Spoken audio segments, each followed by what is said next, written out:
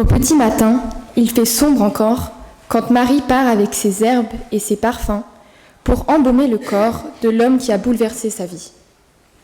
La pierre qui écrase son cœur pèse plus lourd sans doute que celle qui ferme le sépulcre. La mort a fait son œuvre. Les choses les plus belles prennent un jour fin. De loin, elle aperçoit, à la lumière de l'aube, que la pierre est roulée. La tombe est grande ouverte, on a enlevé le corps, pense-t-elle, et je n'aurai même plus de lieu pour y pleurer. Mais voilà que se lève le jour, et des voix lui murmurent. Ne cherche pas au pays des morts celui qui est vivant. Elle abandonne les aromates, les vases, les linges, tout ce qui évoque le deuil. L'amour, elle l'a compris enfin, est plus fort que la mort. Depuis l'aube de ce matin-là, au premier jour de la semaine, nous savons que nos existences, même si elles sont mortelles, s'ouvrent pour toujours sur la vie. Poursuivons cette proclamation par le petit dialogue que vous trouvez sur votre feuillet. Je vous invite à vous lever.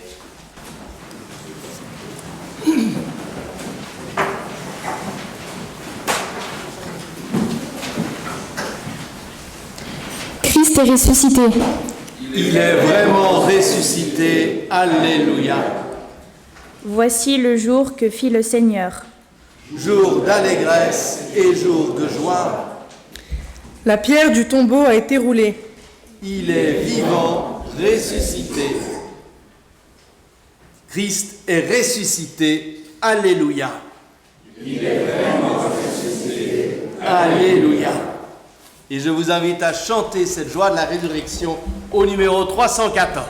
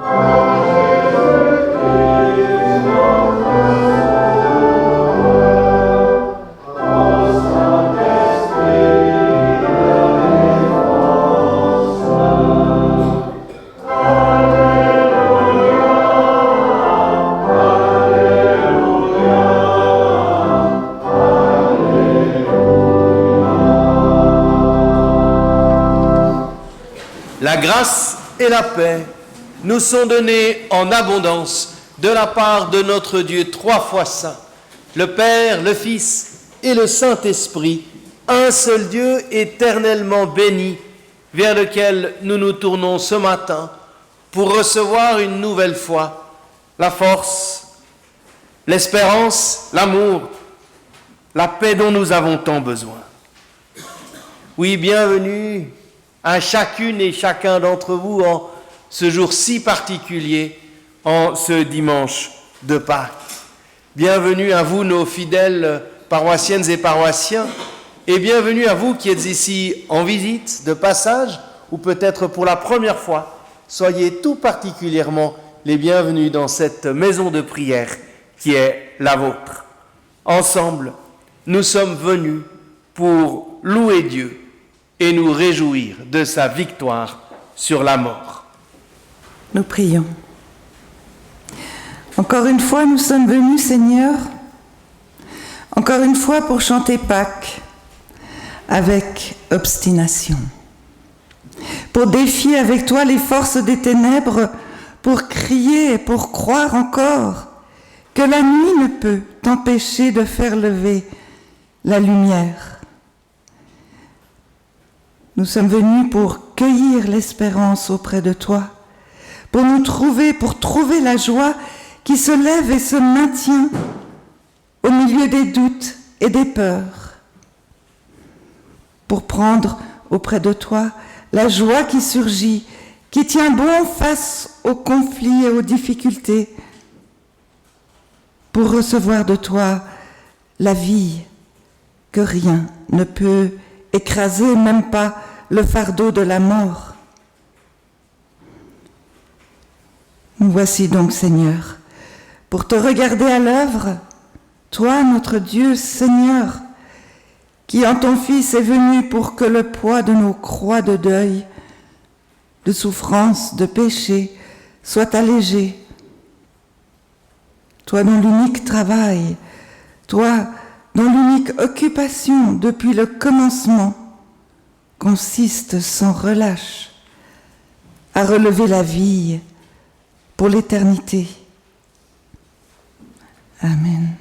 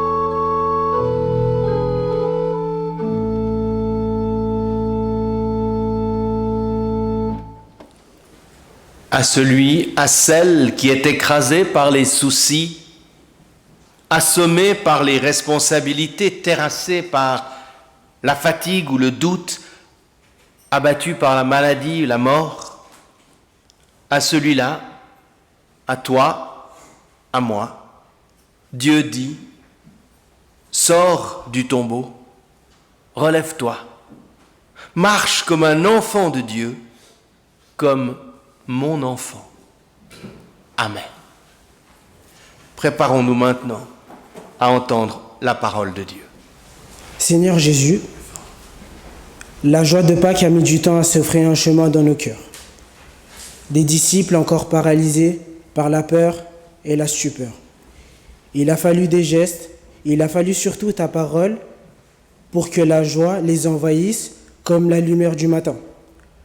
Parle-nous, Seigneur, ouvre-nous l'esprit à l'intelligence des Écritures et que ta joie nous fasse témoins de la vie victorieuse de la mort.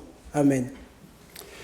Nous commençons par réentendre la bonne nouvelle de la résurrection dans l'Évangile selon Marc, au chapitre 15 et 16.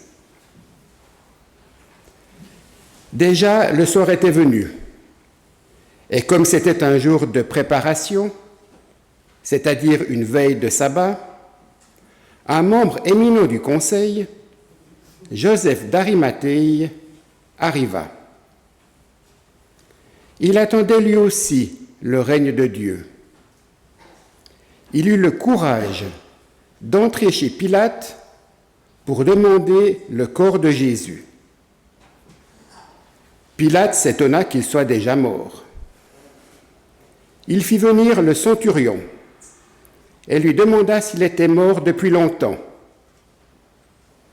Et, renseigné par le centurion, il permit à Joseph de prendre le cadavre.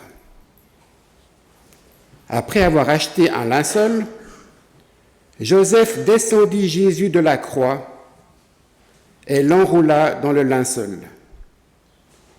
Il le déposa dans une tombe qui était creusée dans le rocher et il roula une pierre à l'entrée du tombeau. Marie de Magdala et Marie, mère de José, regardaient où on l'avait déposé.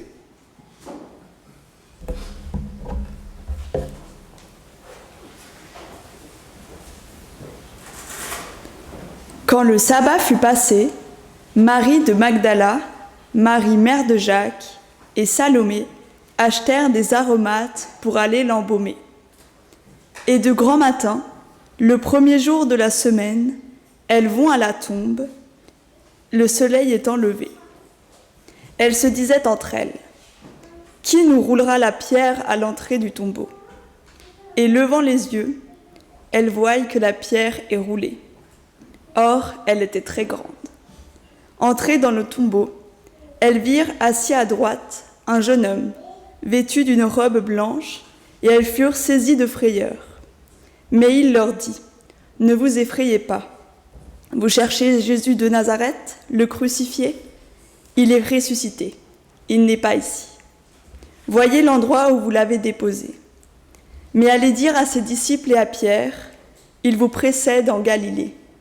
C'est là que vous le verrez, comme il vous l'a dit. » Elles sortirent et s'enfuirent loin du tombeau, car elles étaient toutes tremblantes et bouleversées. Et elles ne dirent rien à personne, car elles avaient peur. Nous poursuivons la lecture avec ce récit de l'évangile de Jean, où l'on voit Thomas douter de la résurrection de son ami. Thomas, l'un des 12, celui qu'on appelait Didyme, n'était pas avec eux lorsque Jésus vint. Les autres disciples lui dirent donc, « Nous avons vu le Seigneur. » Mais il leur répondit, « Si je ne vois pas dans ses mains la marque des clous, si je n'enfonce pas mon doigt à la place des clous, et si je n'enfonce pas ma main dans son côté, je ne croirai pas. » Or, 8 jours plus tard, les disciples étaient à nouveau réunis dans la maison, et Thomas était avec eux. Jésus vint, toute porte verrouillée. Il se tint au milieu d'eux et leur dit, « La paix soit avec vous. » Ensuite, il dit à Thomas, « Avance ton doigt ici et regarde mes mains. Avance ta main et enfonce-la dans mon côté. Cesse d'être incrédule et deviens un homme de foi. » Thomas lui répondit, « Mon Seigneur et mon Dieu. » Jésus lui dit, « Parce que tu m'as vu, tu as cru. Bienheureux ceux qui, sans avoir vu, ont cru. » Et je vous invite à chanter cette bonne nouvelle au cantique 321.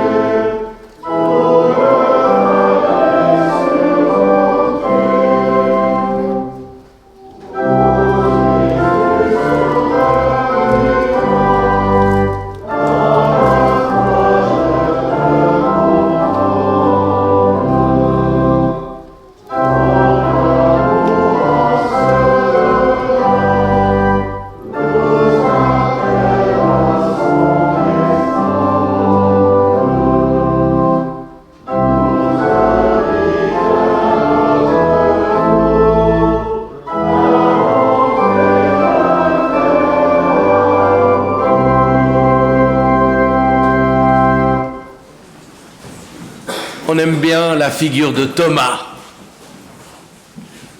On le comprend si bien, Thomas. On l'a associé au doute. Mais il est aussi celui qui pose les bonnes questions, qui n'est pas prêt à croire n'importe quoi, n'importe quel discours. Il se questionne, Thomas, il réfléchit. C'est tellement légitime. Et ce ne sont pas les catéchumènes qui se préparent au baptême et à la confirmation qui diront le contraire, eux qui ont souvent, dans le fond, dit combien ils apprécieraient le fait d'avoir plus de preuves à un moment donné pour pouvoir vraiment affirmer leur foi. Une preuve plus visible, plus tangible de la présence de Dieu à leur côté. Cela pourrait apparemment offrir une aide décisive au fait de croire. En même temps, je n'en suis pas si sûr. À l'image de Thomas, permettez-moi d'en douter. On dit volontiers qu'on croit ce qu'on voit, pour souligner le besoin d'une preuve visible pour accéder à la réalité, à la vérité. Mais vous en conviendrez, cette phrase est étrange, car nous sommes dans deux registres différents, le voir et le croire. Si l'on voit, eh bien, il n'y a plus rien à croire. Je n'ai pas besoin de croire que ces bancs existent, je les vois. Je sais qu'ils sont là. Le voir devrait donc légitimement remplacer le croire. Or, il n'en est rien. Le fait de voir ne nous affranchit pas de chercher à comprendre ce qu'on voit. Et c'est probablement aujourd'hui encore plus vrai que par le passé avec l'émergence de l'intelligence artificielle qui brouille toutes les cartes. Aujourd'hui, nous n'avons plus aucune garantie que ce que nous voyons, ou plutôt ce que nous montre, est vrai, au sens où cela me permet d'appréhender la réalité. Nous devons être désormais sur nos gardes. La tromperie est partout et nous devons apprendre à nous méfier de ce que nos yeux nous donnent à voir. Voir de nos propres yeux ne semble plus forcément le chemin le plus sûr et garanti pour appréhender la vérité. Ce que je ressens est peut-être parfois plus vrai que ce que je vois ou qu'on me donne à voir. Mais il faudrait encore s'entendre sur ce qu'est la vérité. Mais ça, c'est une autre thématique, très pascale, elle aussi, puisque cette question est au centre, au cœur du dialogue entre Pilate et Jésus. L'expression « je crois ce que je vois » découle directement de la figure de Thomas. On en aurait posé des questions pour moins que ça, si on avait été à la place de Thomas, lui qui vient de mettre son ami au tombeau et qui est appelé à le croire vivant. Pas évident, vous en conviendrez. Thomas finit par voir son ami devant lui. Thomas voit et croit.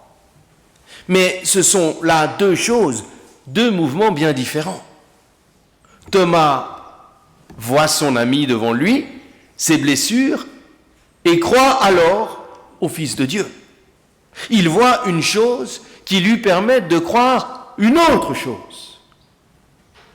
Cela peut être mis en lien avec l'attitude des disciples qui, selon l'évangéliste Jean, courent au tombeau, vous vous en souvenez, qui entre, et on nous dit alors, il vit et il crut. Mais il vit quoi? Du vide, du rien. C'est cette vision du vide qui lui permet de croire, au-delà de ce qu'il voit, à la vie, à la présence du ressuscité. Une fois qu'on voit, il faut encore comprendre interpréter ce qu'on voit. La vision seule ne suffit pas. Thomas va plus loin que le voir. Il outrepasse l'expérience du voir à tel point qu'il n'a même plus besoin d'associer ce voir au toucher. Il n'aura pas besoin de mettre finalement les doigts dans les plaies du Christ, ce qu'il avait pourtant initialement demandé comme preuve ultime. C'est intéressant de voir que toutes les représentations de Thomas le montrent mettant les doigts dans les plaies du Christ, alors que l'Évangile ne nous le dit pas.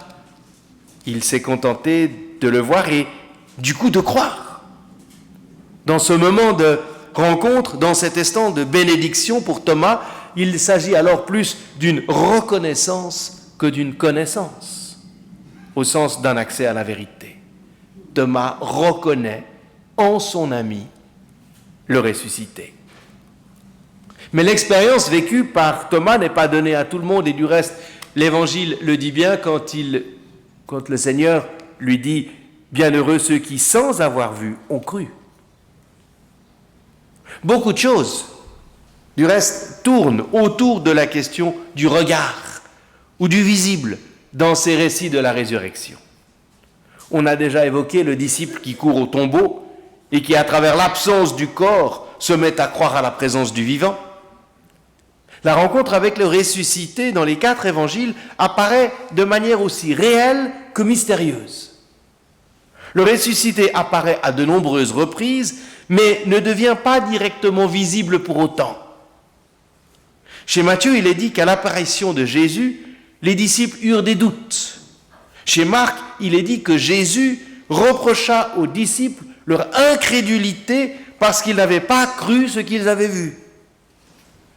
Chez Luc, les disciples d'Emmaüs cheminent un long moment aux côtés du ressuscité sans pourtant le reconnaître.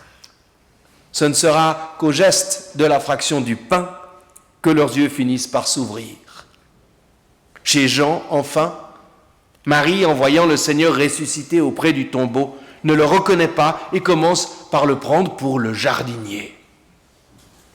C'est un peu comme si on reconnaît le ressuscité précisément au fait qu'on ne le reconnaît pas. L'expérience de Thomas et des disciples nous montre que nos sens, et en particulier notre vision, ne suffit pas pour approcher le mystère de la résurrection. Je travaille souvent du reste avec des illusions d'optique pour souligner cet aspect-là de notre foi. Car c'est intéressant les illusions d'optique. Il y en a qui nous permettent de voir avec un seul dessin 2 réalités complètement différentes. Il y en a d'autres qui nous font voir des choses qui n'existent pas, ou que nos yeux inventent. Il y a celles qui déforment la réalité. On se pose alors la question, ai-je bien vu ? Ou alors on peut dire aussi, je n'en crois pas mes yeux.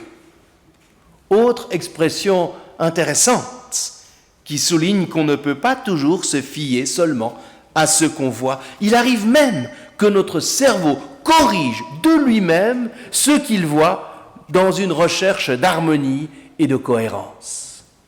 C'est assez étonnant et parfois assez déconcertant. On peut ainsi parfois croire aussi plus que ce qu'on voit. Croire permet d'avancer dans des zones que notre seule connaissance ou regard ne permettent pas d'approcher. Pensez seulement à Pierre, le disciple. Il est pécheur. Il sait donc par expérience qu'on ne peut pas marcher sur l'eau. Et pourtant, à la vue du ressuscité, il se lance. Il croit. Et tant qu'il a son regard dans les yeux du Seigneur, il marche sur l'eau. Il croit au-delà de tout savoir, de toute logique, de toute connaissance et de toute expérience. C'est une catéchumène qui a eu cette phrase magnifique quand elle a écrit, je la cite, « La foi n'est pas seulement une habitude ou une tradition, c'est aussi un choix est parfois un chemin qui demande du courage, mais elle peut donner aussi une vraie espérance. Au-delà du savoir ou de la connaissance, la foi comme un choix ultime, comme une audace. Comme je le disais dans un récent message, il s'agit de basculer d'une forme de croire savoir à un savoir croire. Un savoir croire qui est aussi un savoir douter. Car s'il n'y a plus de doute, plus de questions, il n'y a plus rien à croire. Le doute est au cœur même du principe de tout acte de foi. Sinon, nous sommes dans le fanatisme, l'intégrisme ou à l'inverse, dans une forme de crédulité un peu naïve, pour ne pas dire stupide. Cette histoire de résurrection n'est pas facile à croire et en aucun cas on ne peut se reposer sur notre savoir ou sur une expérience visible ou tangible. Les témoins de la première heure, qui pourtant ont pu faire l'expérience des apparitions du ressuscité, ne semblent guère plus avancés que nous. Leur regard souvent les trompe. Il est tout clairement insuffisant pour reconnaître la présence du ressuscité pourtant à leur côté. Alors certes, je ne cesse de le dire et de le répéter, il ne peut y avoir de démarche spirituelle sans que la raison, notre raison, y soit associée, faute de quoi nous risquons les pires travers et la perversion du religieux qui finit par revenir sous des formes frelatées. Nous devons y être attentifs et en quelque sorte savoir ce que nous sommes prêts à croire. Mais nous devons en même temps sortir du registre du savoir. La foi, précisément, parce qu'elle n'est pas limitée par notre connaissance, nous permet d'accéder à un registre infiniment plus profond que celui auquel nous donne accès notre seule vision ou connaissance. Pourquoi ne devrais-je croire que ce que je comprends ? Ainsi croire ouvre des perspectives nouvelles, dégage des horizons inattendus, parfois même au-delà du raisonnable ou de l'explicable.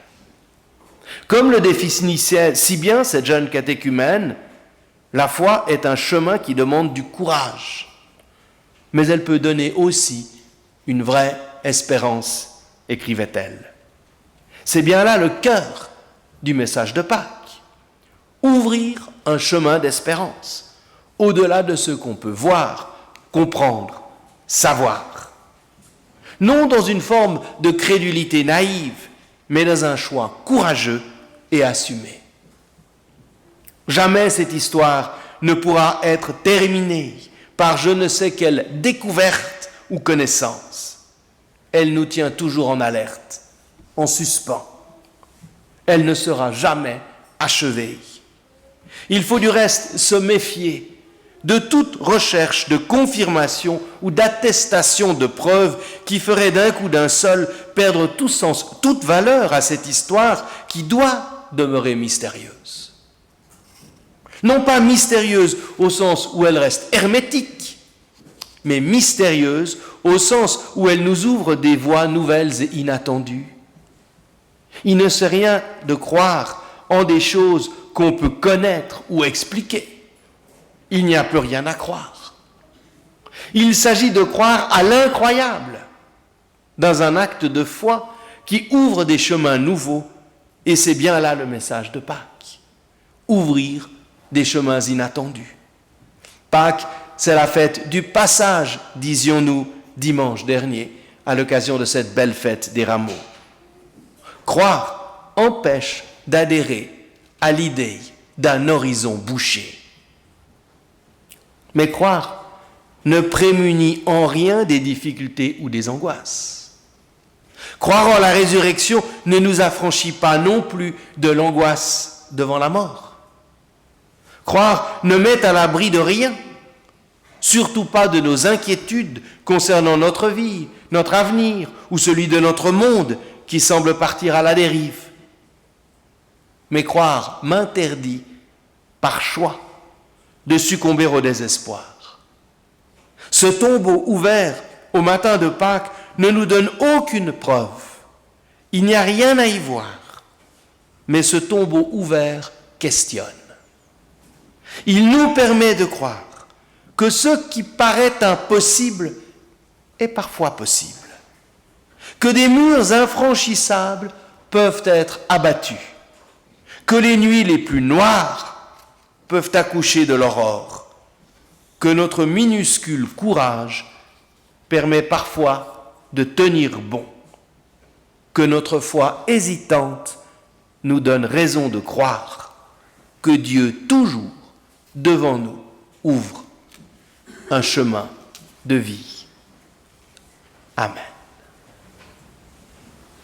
Et nous allons maintenant entendre un morceau tout particulièrement composé par notre organiste Tigrane pour cette occasion, à la mode baroque.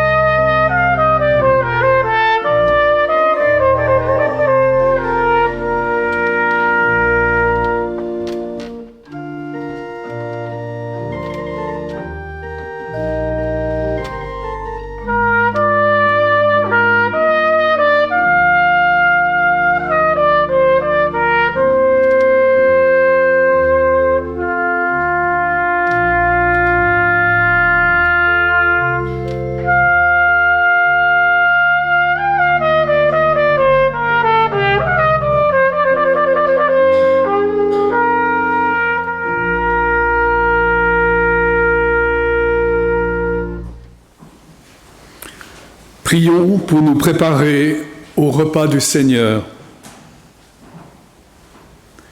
Au fond de mon silence, il y a ton nom, Seigneur. Au fond de mon silence, au cœur de ma faiblesse, il y a ta résurrection qui attend sa plénitude. Au fond de mes discordes, il y a un souffle doux et léger qui génère la paix. Dans les questions que pose ma vie, ce ne sont pas tes réponses, mais c'est toi-même, infiniment là, qui m'aide à répondre.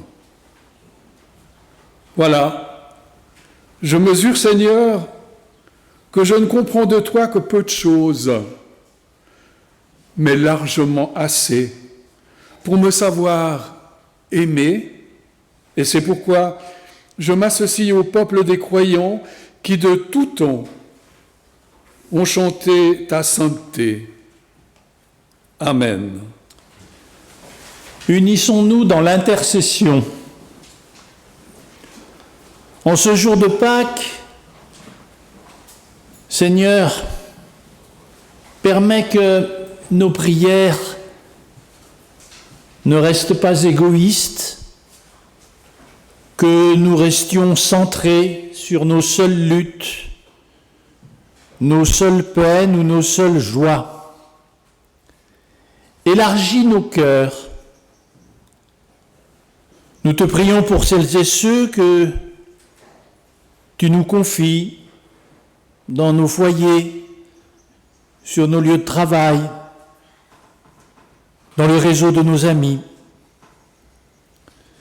Et nous te prions pour l'immense foule des souffrants de ce monde, pour toutes celles et tous ceux qui luttent contre la maladie, l'exil, la guerre, et qui quelquefois ne peuvent même plus prier tellement ils souffrent. Pour celles et ceux qui sont isolés ce matin même, dans nos maisons de retraite, nos hôpitaux ou dans la rue. Nous te prions pour nos églises, si minuscules et imparfaites devant la tâche immense. Multiplie les pains pour elles. Nous te prions pour toutes celles et ceux qui espèrent en l'établissement de ton règne ici-bas. Fais plus que nous ne savons murmurer, ô Dieu vivant, dans ces paroles humaines. Inspire, multiplie, donne-nous la joie d'être ensemble, non pas pour écouter quelques sagesses humaines, mais pour chercher toujours plus haut vers ton trône de lumière. Et dans cet esprit, nous faisons monter vers toi la prière que Jésus a enseignée aux disciples d'une seule voix et ensemble. Notre Père qui es aux cieux, que ton nom soit sanctifié, que ton règne vienne, que ta volonté soit faite sur la terre comme au ciel. Donne-nous aujourd'hui notre pain de ce jour. Pardonne-nous nos offenses, comme nous pardonnons aussi à ceux qui nous ont offensés. Et ne nous laisse pas entrer en tentation, mais délivre-nous du mal, car c'est à toi qu'appartiennent le règne, la puissance et la gloire, au siècle des siècles. Amen. Ô Dieu, notre Père, nous te rendons grâce pour ce repas de la vie. Nous te rendons grâce pour Jésus-Christ. Par son passage à travers la mort, il oriente définitivement notre voyage vers la vie. Que la joyeuse nouvelle de la résurrection demeure en vous. Qu'elle nous accompagne au quotidien, afin que, transfigurant notre vie, elle parvienne à ceux que tu placeras sur notre chemin, les réjouissant dans leur pèlerinage de chaque jour. Amen. Nous arrivons bientôt au terme de cette célébration pascale du matin. Quelques annonces pour vous dire qu'il y aura évidemment culte ce soir à 20h également, ici l'annonce de la résurrection avec mon collègue Jean-Michel Perret. J'aimerais remercier toutes celles et ceux qui ont contribué à faire de ce culte ce moment de vie communautaire. Merci à toutes celles et ceux qui ont participé à la liturgie, à la préparation de notre temple, à la musique. Vraiment un immense merci à chacune et chacun d'entre vous. Si vous n'êtes pas des habitués de notre communauté, n'hésitez pas à prendre des renseignements à la sortie. Il y a toutes les informations sur la vie de notre communauté et laissez également vos coordonnées si vous souhaitez être tenu régulièrement informé des activités de notre paroisse. Vous pouvez pour cela vous approcher ou des pasteurs ou des conseillers de paroisse. Notre paroisse réalise actuellement un petit questionnaire de satisfaction. Alors vous pouvez dire tout ce que vous voulez sur les pasteurs. C'est anonyme en plus. Donc si vous pouvez le remplir en ligne, vous pouvez aussi le remplir ici même et le laisser dans des urnes préparées à cet effet. Merci en tout cas, c'est très sympa parce qu'il y a beaucoup d'entre vous qui ont déjà participé à cette petite aventure menée par notre secrétariat. Donc c'est sympa si vous pouvez encore contribuer en complétant ce questionnaire. Bien évidemment que vous êtes toutes et tous attendus pour l'après-culte que notre intendant Daniel a si gentiment et si joliment préparé. On se réjouit de vous y retrouver. Vous trouverez également à disposition le texte de la prédication, si vous le souhaitez, comme d'habitude.